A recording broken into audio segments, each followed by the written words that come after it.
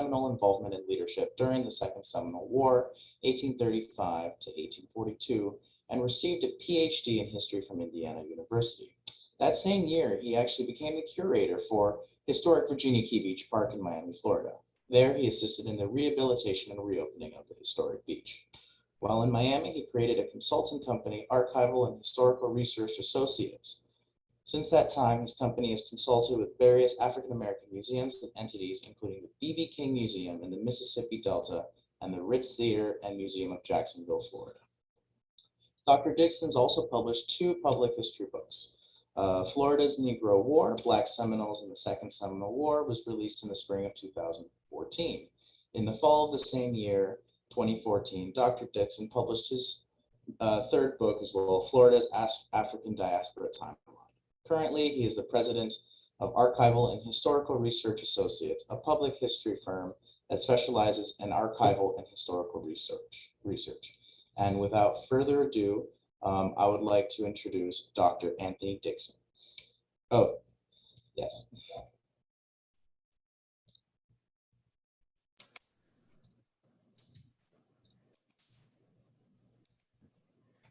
Good morning.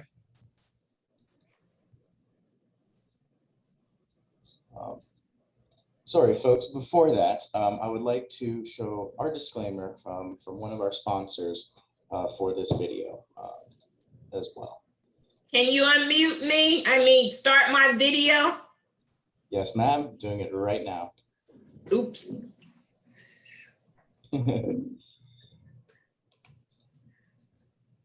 Hi, good morning. Funding for this program was provided through a grant. The screen just changed on me. Don't you love technology, everyone? Okay, so funding for this program was provided through a grant from the Florida Humanities with funds from the National Endowment for Humanities. Any views, findings, conclusions, and recommendations expressed in this program do not necessarily represent those of Florida Humanities or the National Endowment of Humanities.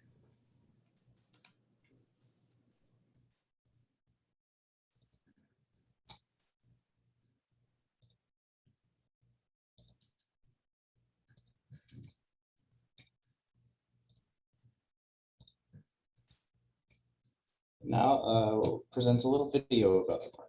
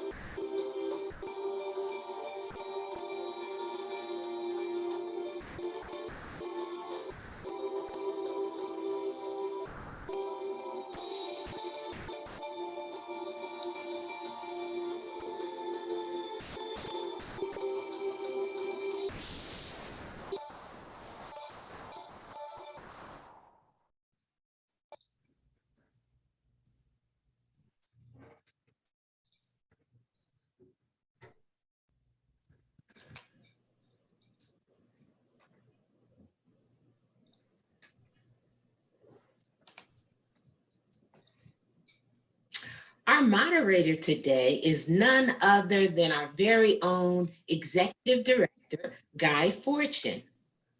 He is Virginia Key Beach Park Trust Executive Director, and he is responsible for the management, planning, and operation of the historic Virginia Key Beach Park in Miami, Florida.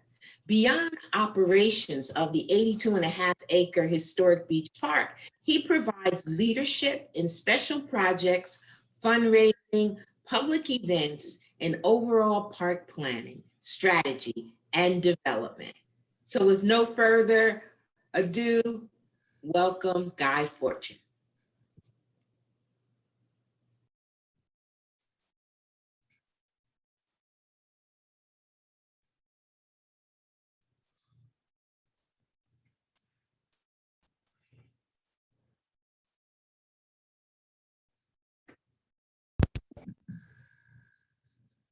Hello, good morning, everyone. This is Guy Forchion. I'm the executive director of the Virginia Key Beach Park Trust.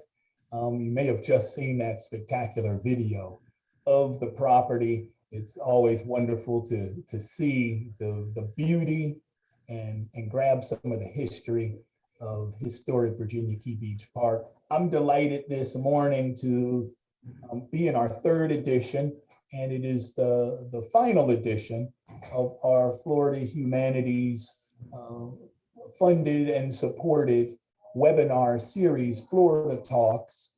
And it's been a joy for me to have some of the guests on that we have had.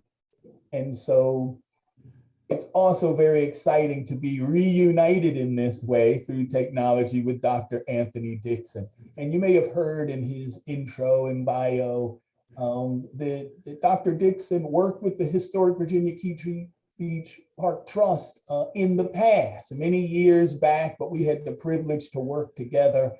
He built and started to put together our archives, and we've learned a lot from him from that and carry on that work. Dr. Dixon, I'm not sure if you are able to be on right now, but I want to welcome you. I do want to talk just a little bit about the mission, the purpose of what we're doing here with this webinar series, and that's just to bring forward some of the interesting stories, some of the history of Florida that many people may not know. This is a huge state with a varied history. I think we all know the first settlements in St. Augustine, Florida, make some of the first municipal settlements in the United States. But the history goes back a great deal, and we're going to hear some of that in the African diaspora connection to Florida. With that, Dr. Dixon,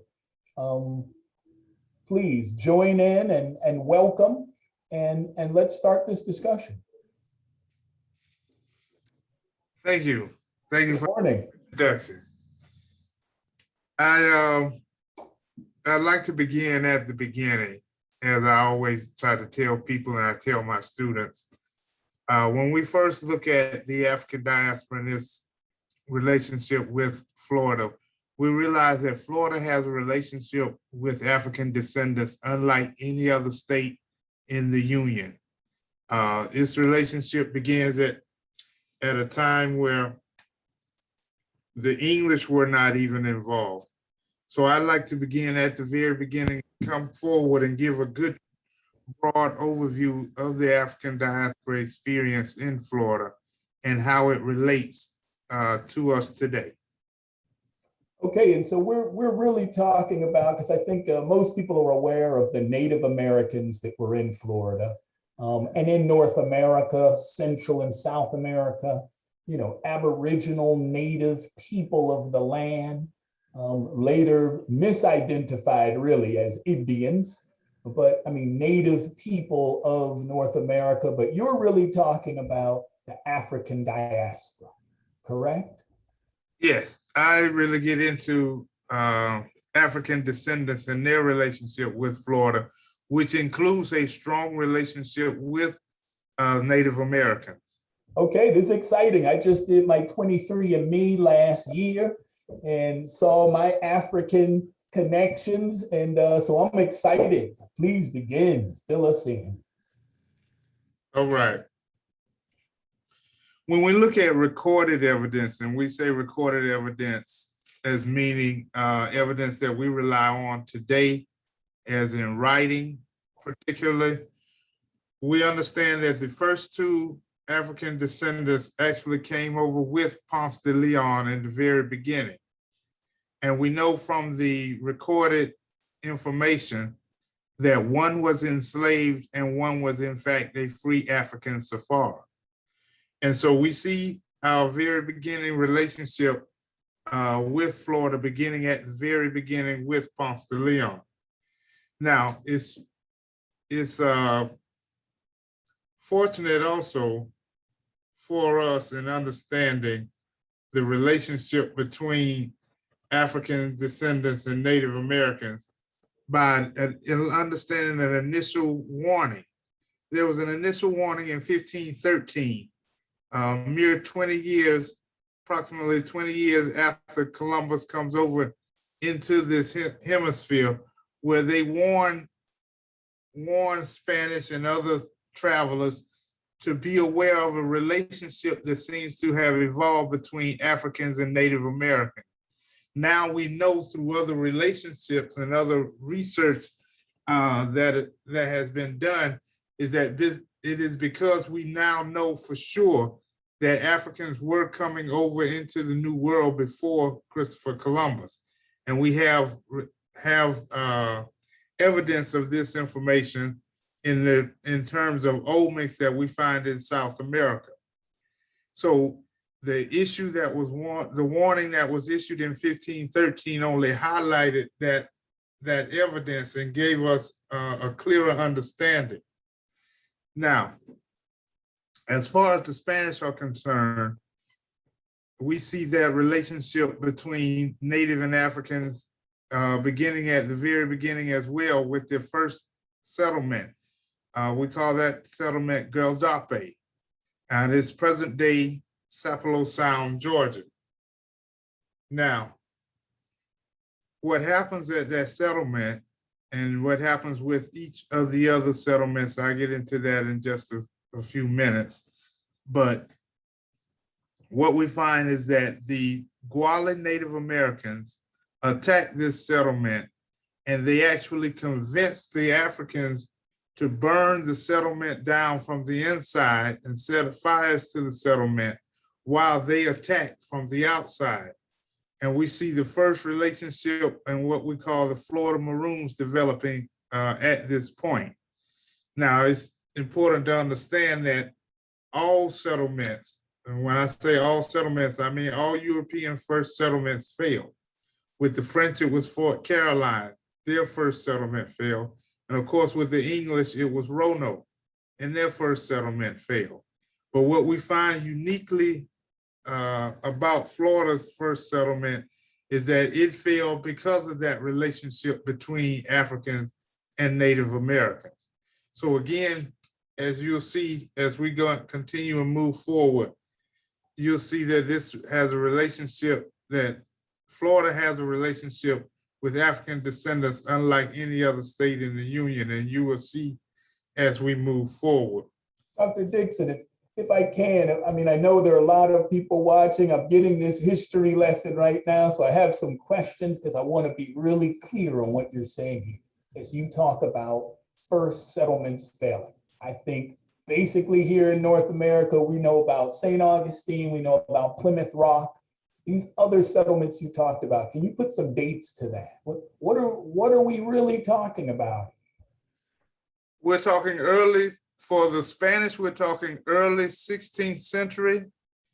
For the French, Fort Caroline, we're talking about the mid 1500s. And for the English, we're talking the 1580s, around 1580, 1585 with Roanoke. Okay, thank you very much. Thank you. Now, it's also important to understand that Florida the Spanish in La Florida didn't have these ideas of large agrarian or large plantation society. The enslaved Africans were there to help clear the land and establish things such that settlers could move in. So what we find is that for the first century, throughout the 1500s and up into the 1600s as well, we only see about 100 enslaved Africans coming into North America and helping establish St. Augustine. And that's pretty important to understand when we get into the relationship between the English and the Spanish and how that translates to the relationship with the African diaspora. As we get into the 17th century, competition begins to increase between the European powers. The French come in first, and then the English. The English come in at a much more aggressive rate, and they are there to install plantation society, and they're looking at large agrarian society as a way to establish themselves in North America. It's also important to understand that they're all in the Caribbean at this time as well. So a lot of what is happening in North America is a carryover from what is happening in the Caribbean. And at this point, the Caribbean possessions are still much more important than what's going on in North America. But nevertheless, competition is beginning to have a big effect on the African diaspora in North America. Now, in the 1680s, as we get to toward the end of the 17th century, in the 1680s, we start noticing a large number of runaways that are absconding from the English Plantation Society and coming into La Florida, trying to eke out their own existence. And so they actually send a message to the King of Spain and ask him, what do we do with these runaways that are coming in from the English Plantation Society? And of course, nothing happens overnight. It takes about 5 years to get a full official response.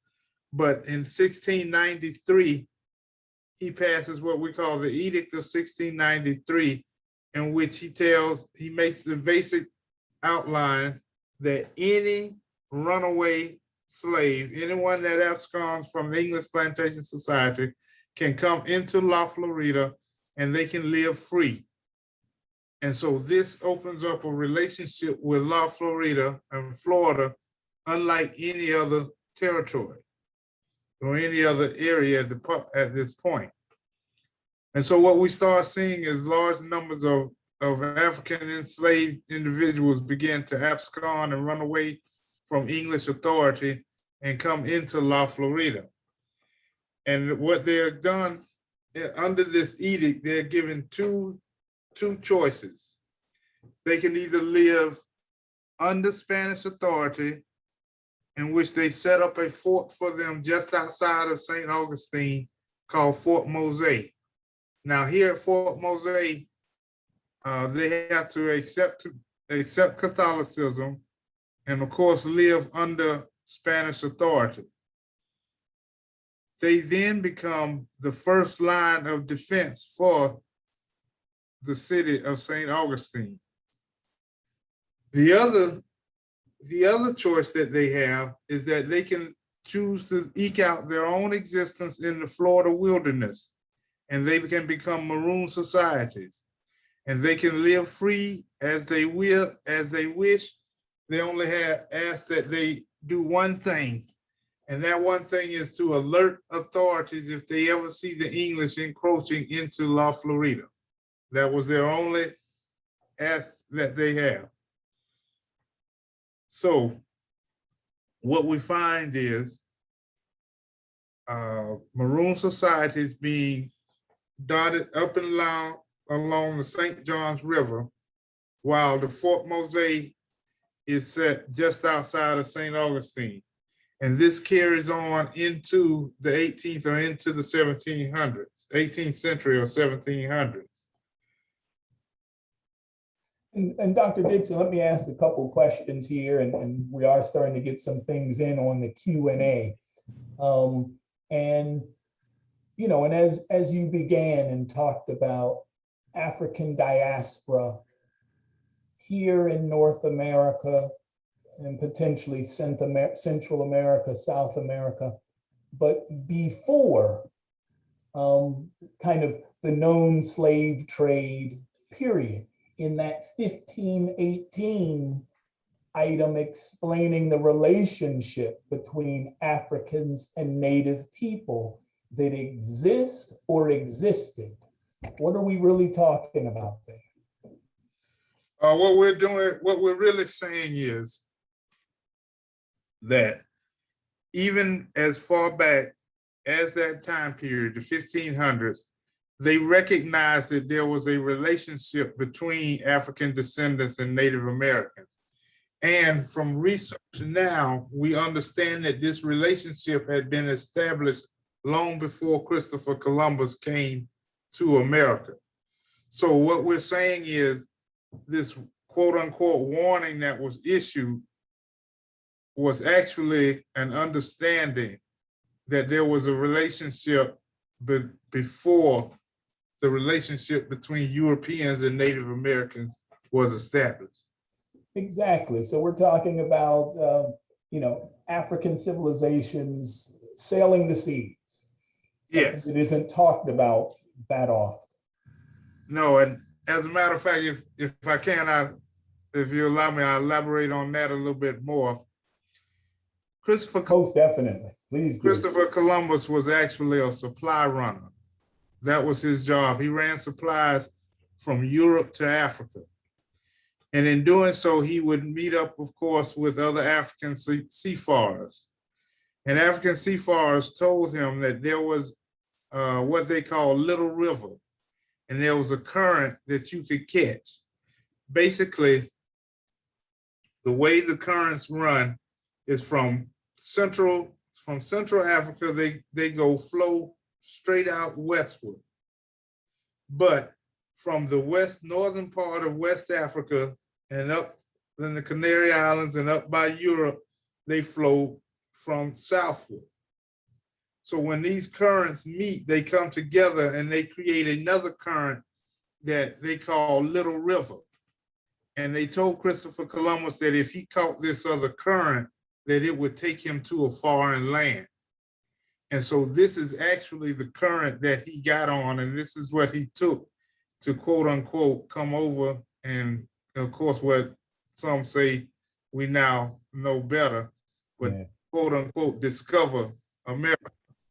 Exactly. Because of his relationship with African seafarers and being this supply runner from Europe to Africa is where he learned how to get his basic ideas on how he was going to prove that the world was round.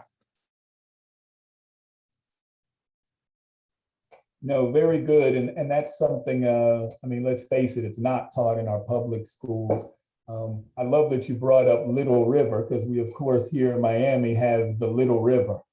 And so whether or not that has any connection at all, or it was just a really little river, I still do like the connection in name. We have a question here also on what were the names of the two Africans that were part of the Spanish settlement? And that's how the question is phrased. I don't know if that is something prominent in the history that you can touch on. I'm going to mute for a second. Okay. Right offhand, I do not remember the name of the free African that was part of that first entourage, but we do know that the second African last name was De Leon. And so this is how we know that he was enslaved to Ponce de Leon, because he did carry his last name. Okay, thank you for that. Okay, take us on down the historic road. I think we're in the 17th century. As we go on and we go ahead and move into the 18th century, into the 1700s, we start seeing also large numbers of large numbers of Native Americans who are absconding and trying to get away from plantation society of the English as well. And they began to get into more disputes and more wars with the English as the English began to encroach. So there are large numbers of Native Americans from smaller bands rather, that are coming into Florida as well.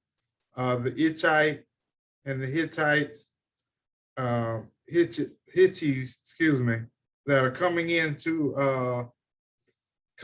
Florida. Now, what happens is they began to live in the wilderness as well, and they began to cohabitate and commingle with these runaway slaves. And so what happens is they began to create a relationship with them. And we start seeing changes within the Florida Maroons. Now, the more Africans that abscond, the stronger we get a cultural connection to what we call Gullah.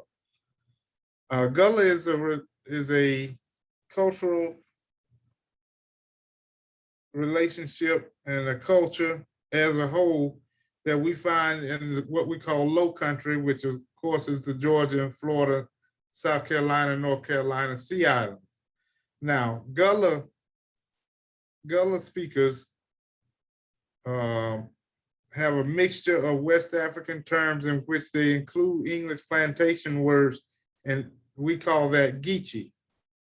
Now, when it comes into La Florida, they began to incorporate Native American words.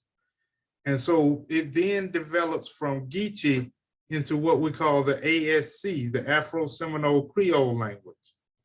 And so a distinct language begins to develop between these Native Americans and these African descendants, in which they are utilizing to cohabitate and utilizing to basically survive together in the Florida wilderness.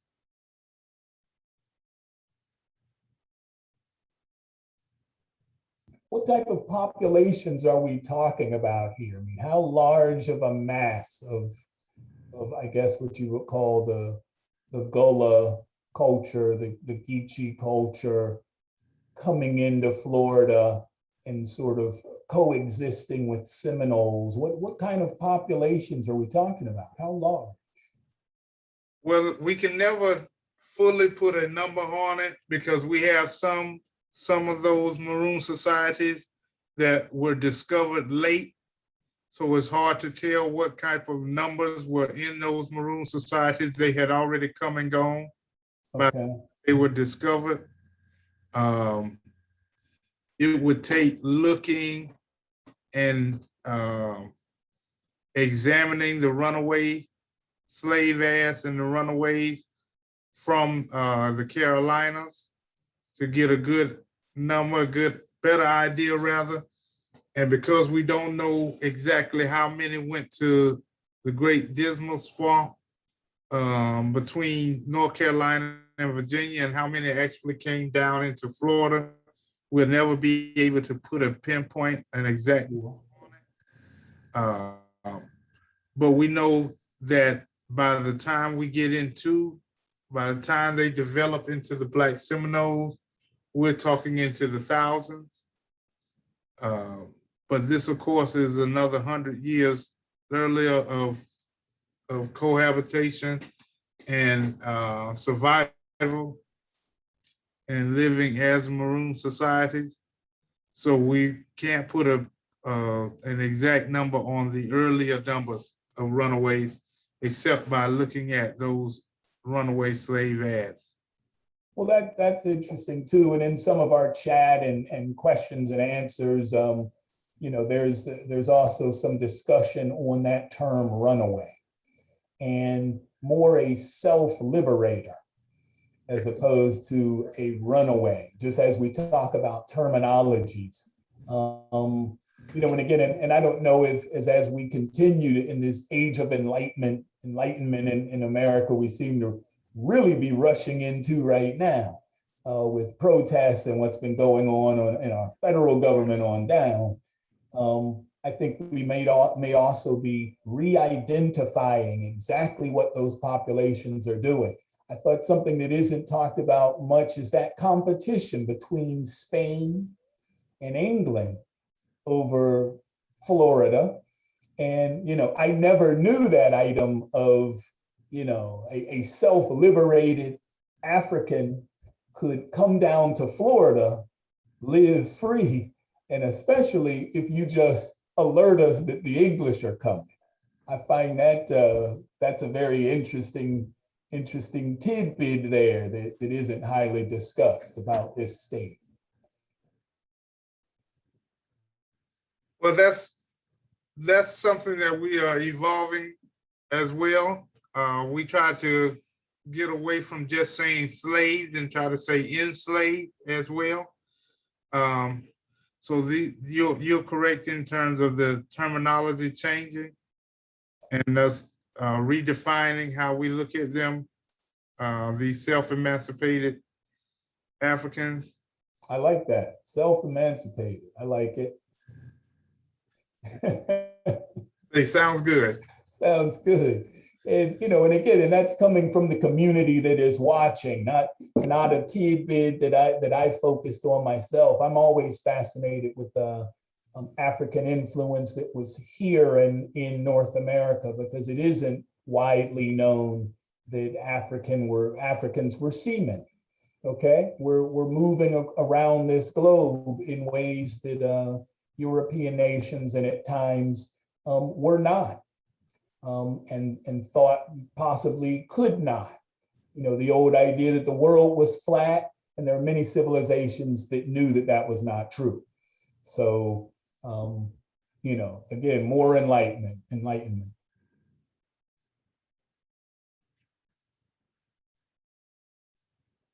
Now, if I could, I want to take a minute to actually identify and kind of give a structure on what we're getting into, because now we're getting into the relationship with the Seminoles and how they go from being Florida Maroons to Black Seminoles.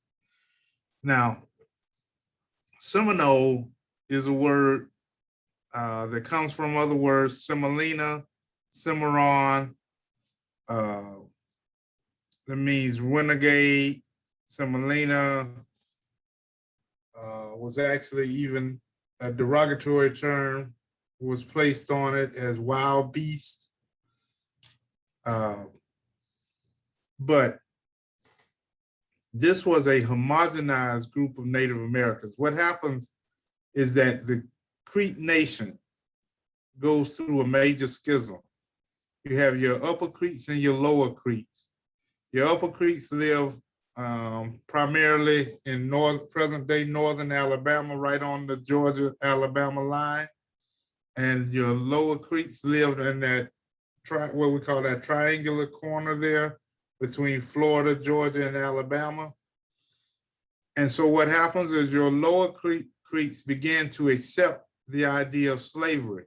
And they even began to buy and sell and trade slaves with Europeans.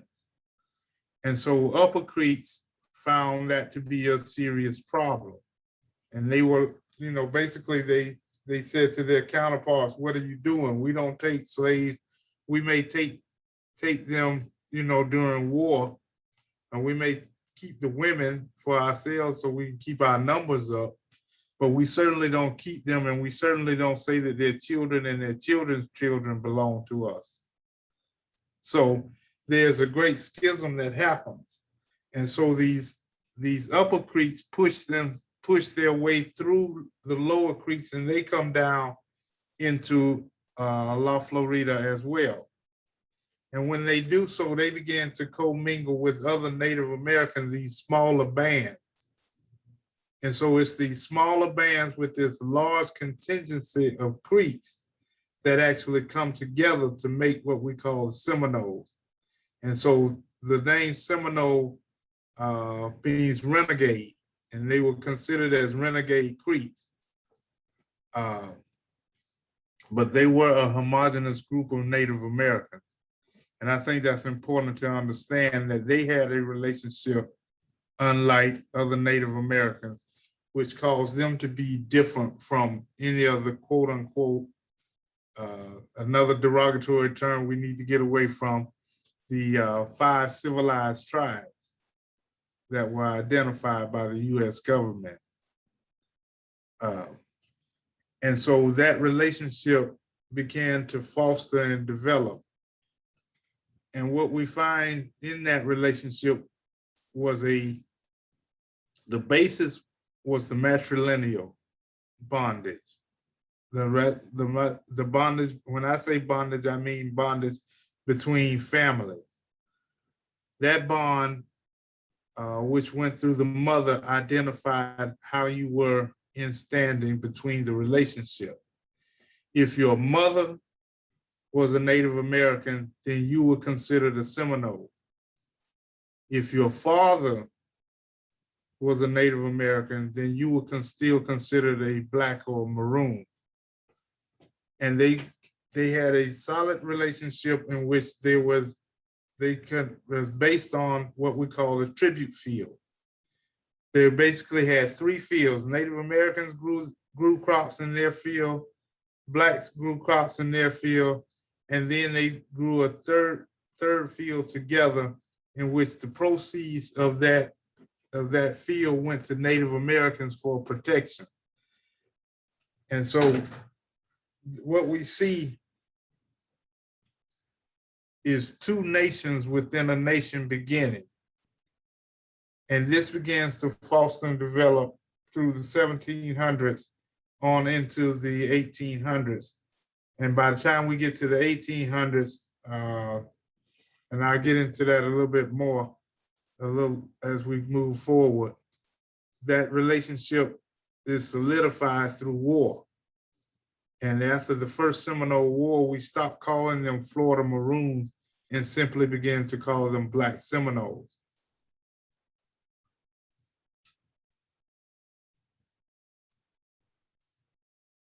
No, that's very interesting. And I'm thinking last year, I took a road trip to Savannah and to Charleston, largely on my own little kind of gullah mission to investigate a little bit. And it's surprising to me how strong that part of the culture there still is. And I think we're all familiar with the amazing basket work that is done.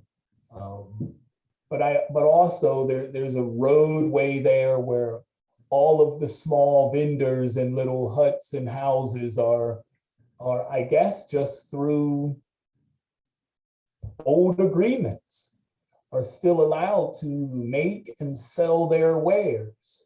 Highway 17. Yeah, that must be it, And I went up and down. Of course, I bought some baskets, and one I sent to my mom and one I have in my house. But, amazing stuff. And the woman there gave me an education on the history, her family, and, at least 150 years of her personal family history.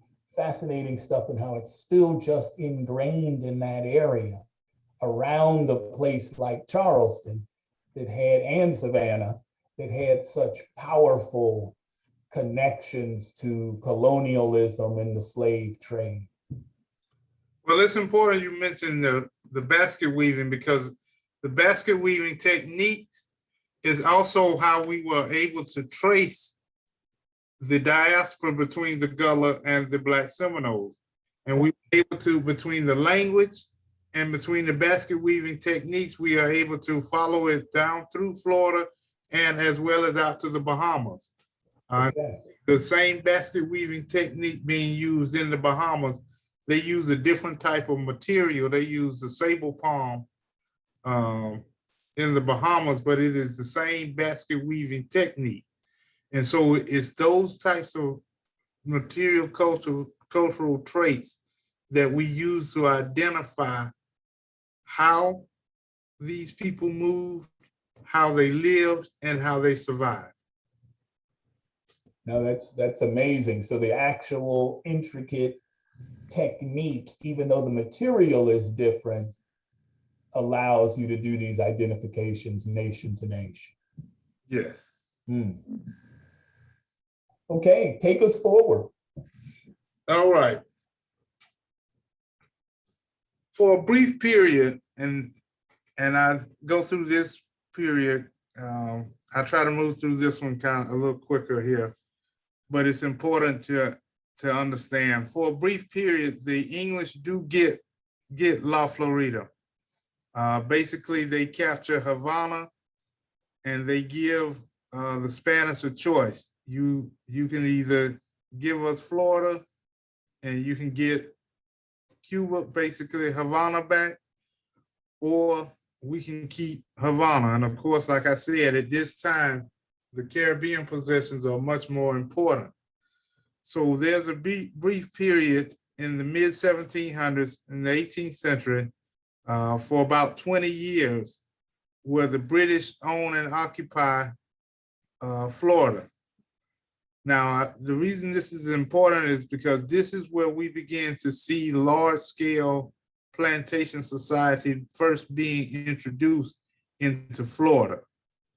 And so we start seeing numbers of enslaved Africans being brought in throughout this period. Now, it's important to understand, though, there are still more maroons than enslaved Africans, but it's important to understand that this is where plantation society begins to make its entrance into Florida. And of course, by the time we get to the end of the 1700s, the British are out, the Spanish take back control of Florida, and they lose the colonies. And now you're dealing with the United States. By the time you get to the late 1700s, you're dealing with the United States, and the Spanish are having to deal with even the more aggressive ideas of spreading plantation society. And so we began to see Americans begin to simply encroach into Florida and begin plantation and expand plantation society over the border, sometimes even illegally. And so the problem is that the Spanish control Florida, but they're weak at best. After they get Florida back the second time, they're really tax collectors at this point. And the Seminoles and the Florida Maroons are basically left to defend themselves. And so we start seeing an all-out assault on the area, encroaching into lands that the Seminoles were beginning to claim as their own, and into these areas where Florida Maroons lived. And so when we get into the 19th century, we get into the 1800s, we see America beginning to eye Florida, primarily because of the land. Between the Ocklawaha, which is just outside of Tallahassee, all the way over to the Swanee River, this land is considered in some spots even more fertile than the land in Georgia. And we know at this particular time, Georgia was booming concerning plantation society, particularly with cotton. And now this area of North Florida is beginning to be eyed upon as a booming land as well. So you start seeing more and more plantation society being encroached upon into Florida. Then we go into what we call the Florida Wars. And there are three distinct Seminole wars that are held, in which the United States wishes to obtain this land and push the Seminoles back while gathering the other Blacks and putting them back into slavery. And so with the first Seminole War, we see this is really instigated by Andrew Jackson. And it's funny, most people don't know that he gets not only his popularity through Florida, but he also gets bit with the political bug through Florida. Basically what happens is during the War of 1812, he basically wins in New Orleans, the Battle of New Orleans. But within that war, there's a war called the Patriots' War. That's the war over disputed lands, which technically weren't disputed because they were still technically owned by the Spanish, but because the Spanish were not in real control of it, the British and the Americans considered it to be disputed.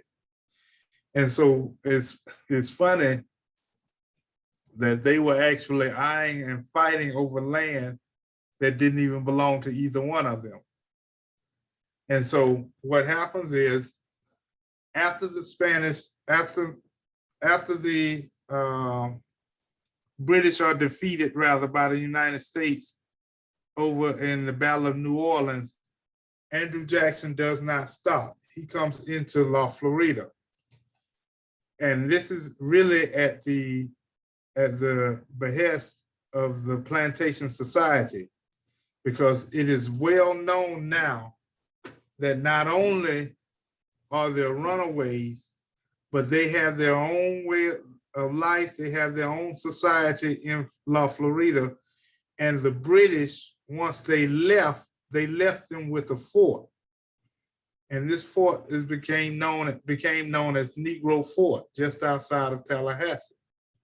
Now, this sent shockwaves throughout plantation society, because the idea of having a fort meant that you were going from not only from being just these maroon societies to a settlement and on your way to becoming a full colony. Sure. Well, it's sending, I mean, it's sending a little shockwave through me that you say that Negro Fort was near Tallahassee. I think you know I went to Florida State, and Yeah. I know you went to FAM. So where was this fort? Where are we talking about, really? I know the area well of North Florida. About 60 miles southwest of Florida in Franklin County. Okay. Going toward the coast. Toward the coast, so toward St. George Island. Yes.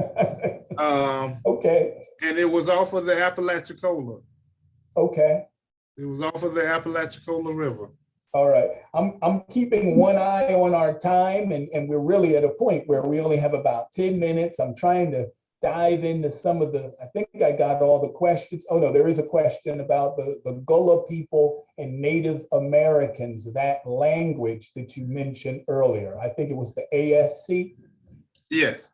Yeah, please highlight that a little for the person who did write in. Oh, okay. Basically, again, Gullah was a mixture of West African languages that included some plantation dialect. Then, as they began to abscond and come into La Florida, and they began to commingle and cohabitate with Native Americans, they began to incorporate Native American words into Gullah. And when they incorporated these Native American words into Gullah, it changed it to what we call the Afro-Seminole Creole language. But it was still very strong Gullah in nature. And as a matter of fact, the more maroon the people are, the stronger the Gullah language is. And the way I say that is because the Black Seminoles on Andros Island in the Bahamas, they are isolated. They live in an isolated, pretty to their own, in a nice isolated community. And much of what they speak is original Gullah. And they actually hold more of the original Gullah trait in ASC than any other place. And that's on Andros Island. Yes, that's on Andros, which is, of course, the designated agricultural island for the Bahamas. Right, right. Okay, here, I see we have another question. I think we're at a place where I think you only took us through the first Seminole War of the three. Yes. In Jackson. I don't know if you can take us through that in, I hate to say it, but maybe 2 minutes through the second and third. And then I know we have another question, and then we've got some other items we need to touch before we close this out. So please take us through the other Seminole War. Okay. Basically, at the end of the first Seminole War, the Native Americans and Blacks are pushed down into what was considered the frontier, which is Central Florida. And so when we look at Lake County, we look at Orange, we look at Tampa and Tampa Bay, Now we see the nice, pretty, pristine lakes and all of that good stuff. But you have to imagine in the 1800s, it was lowland, swampy area, uninhabitable. So they came back. The Blacks and the Native Americans came back into North Florida and refused to be removed. So they went into a second Seminole War, which is the longest, deadliest, and costliest Native American war fought by the United States government. I know we like to talk about Sitting Bull and Geronimo and other Chief Joe and other Chief Joseph rather, and other Native Americans, but it's actually the Seminoles and the Black Seminoles that put up the longest, the deadliest, and the hardest fought war against the United States government. Now, to sum them up quickly, after the Second Seminole War, when they want to go on and open up into South Florida, then they fight a third Seminole War. They don't completely get rid of the Seminoles, but they feel like their numbers are low enough that they won't impede any progress what they want to do. Quickly, what's important to understand is we can see as each Seminole War goes, we can make a direct correlation to how Florida grows as well. After the first Seminole War ends in 1819, in late 1818, in 1819, they signed the treaty. By 1821, Florida is a U.S. territory. The second Seminole War goes from 1835 to 1842. By 1845, Florida is a U.S. state. And the third Seminole War ends around 1858, 1859, would have opened Florida up and begun to go into South Florida. However, Florida does not stay in the Union. They decide to become a Confederate state, and of course, they into the Civil War. But we can see how the Seminole War directly affect how Florida becomes a territory, a state, and then open up South Florida. Interesting. I'm going to have to stop you there. We really only have about 5 minutes. There are a couple items. Someone wrote in Fort Gadsden off Highway 65 in Franklin County. That is the Negro Fort. That is it. Oh man, I'm going to math right after this. It sits the Negro Fort sits right next to it. The remnants, rather, of the yes, indeed. Sits right next to Fort Gadsden. Okay, excellent. There's a location for me to have to pass by on my next trip into North Florida and South Georgia. Thank you very much for this. There was another question, and I'll put you on the spot on it, Dr. Dixon. It was a person asking that you continue with more of these types of discussions in history lessons, and we would love to have you do it. This has been able to take place through the Florida Humanities, which has allowed our webinar seminar to start, but it is something we've gotten a great feedback on, and we'd love to continue. And so I want to reach out to you as we look to kind of continue these monthly talks from Virginia Key Beach Park Trust. There are a number of different topics that we want to go into. I think this history is incredibly important. And I love how you were starting to move through these wars as it opens up Florida and starts to open up South Florida. We know the connection of Bahamians here in South Florida and the creation of Miami and really what we have today. And I find it fascinating. I'm going to do a little more reading about Andros Island. You see it on the map sitting off over there. You know it's part of the Bahamas, but it's kind of what goes on there. And you don't hear much at all.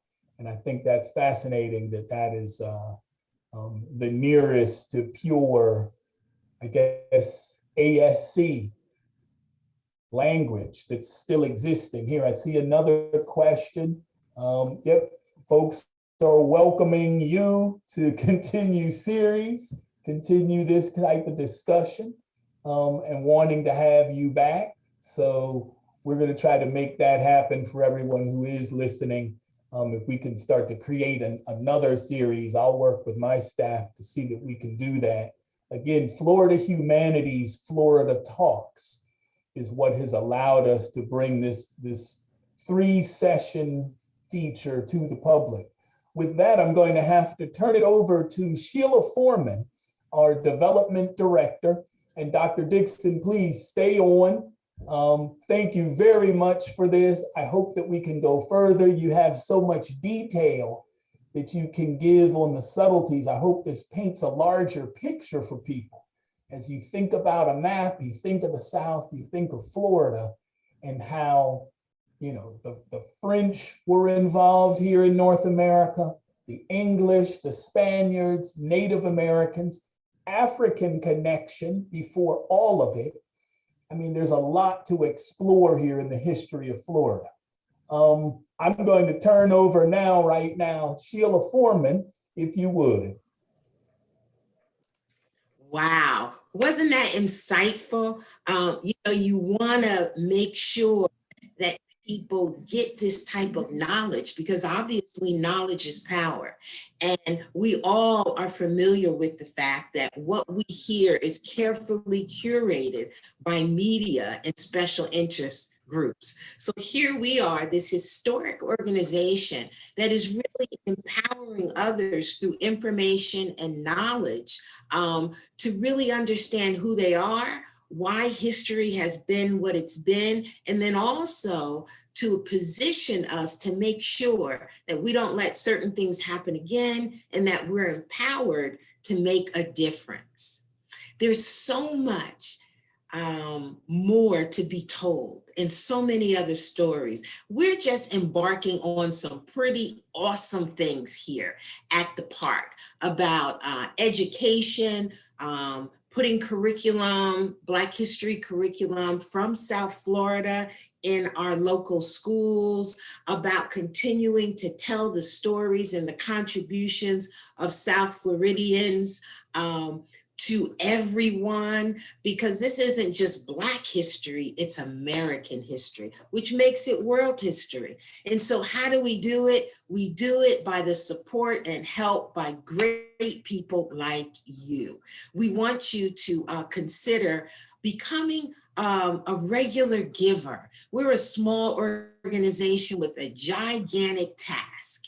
And you know what? We don't have hurting animals and we don't have sick children, but we still have a cause that is vital and important, especially in this day and time, to make sure that we are educating everyone. So please help us, join us. It's as simple as going to hvkbmp.org/give.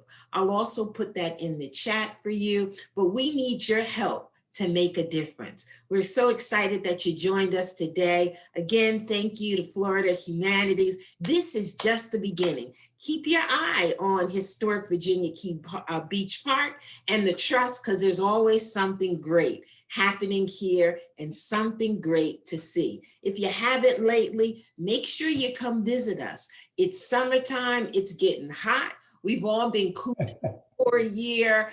This is a great place to bring you and your family and have celebrations, learn history, experience the environment, and meet a great staff of people as well. So give me a call or email me. My email I'll put in the chat as well. We want to talk to you about being a regular giver, getting involved, helping us spread the cause, helping us make a positive difference in South Florida and elsewhere. Thank you for joining us. Here comes Guy again.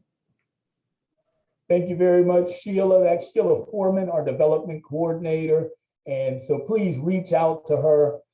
Anything that you can give and volunteer at times really helps out the park. This is an 82-acre historic beach park, nationally recognized and regionally visited.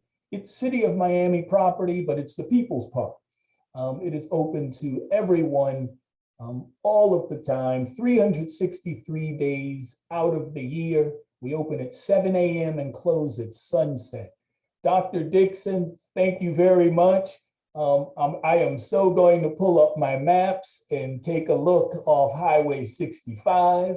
And when I get a chance, I'm going to head over by that way. I've got to go to South Georgia in a couple weeks, and I'm going to make a little detour over and take a look, take some photos. I so appreciate your time. To the staff of the Trust, thank you very much for making all of this happen. Charlie Wayman, Education Outreach and Park Ranger, Kechi Akpala, who handles our marketing, the magic of this technology that lets us do this from some varying locations, even from other countries, makes all of this work. And again, thank you, Dr. Dixon, for your time. Florida Humanities, thank you very much.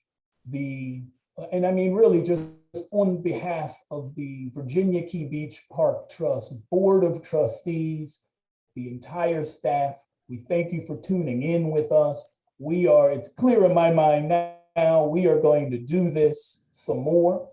We're going to find a way to make it happen. There are a lot of local folks that can add a lot of stories. And then throughout Florida, like yourself, Dr. Dixon, people who have incredible knowledge coming from different perspectives that we do not hear. And that's something we always want to make sure that people have an entire story. And as Sheila said, this is American history. This isn't Black history. This is American history and world history. And Florida is an incredibly unique place. And so I think it's important that we continue to know more about our place as we share it with the world. Dr. Dixon, any final words you want to make on this presentation?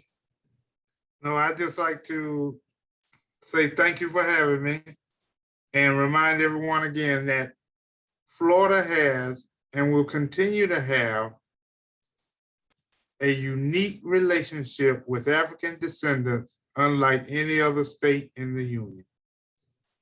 I think that says it. That is something for all of us to spend some time in learning and digging deeper to truths, to history, and really knowing ourselves, knowing our state, and knowing our history.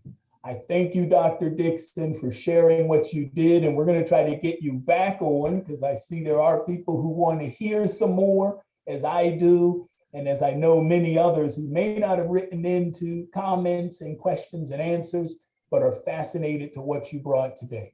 Thank you very much. Thank you, everyone. Until we meet again in a Virginia Key Beach Park Trust webinar series, thank you, Florida Humanities, for Florida Talks. Have a wonderful day, and thank you for joining us. Bye-bye.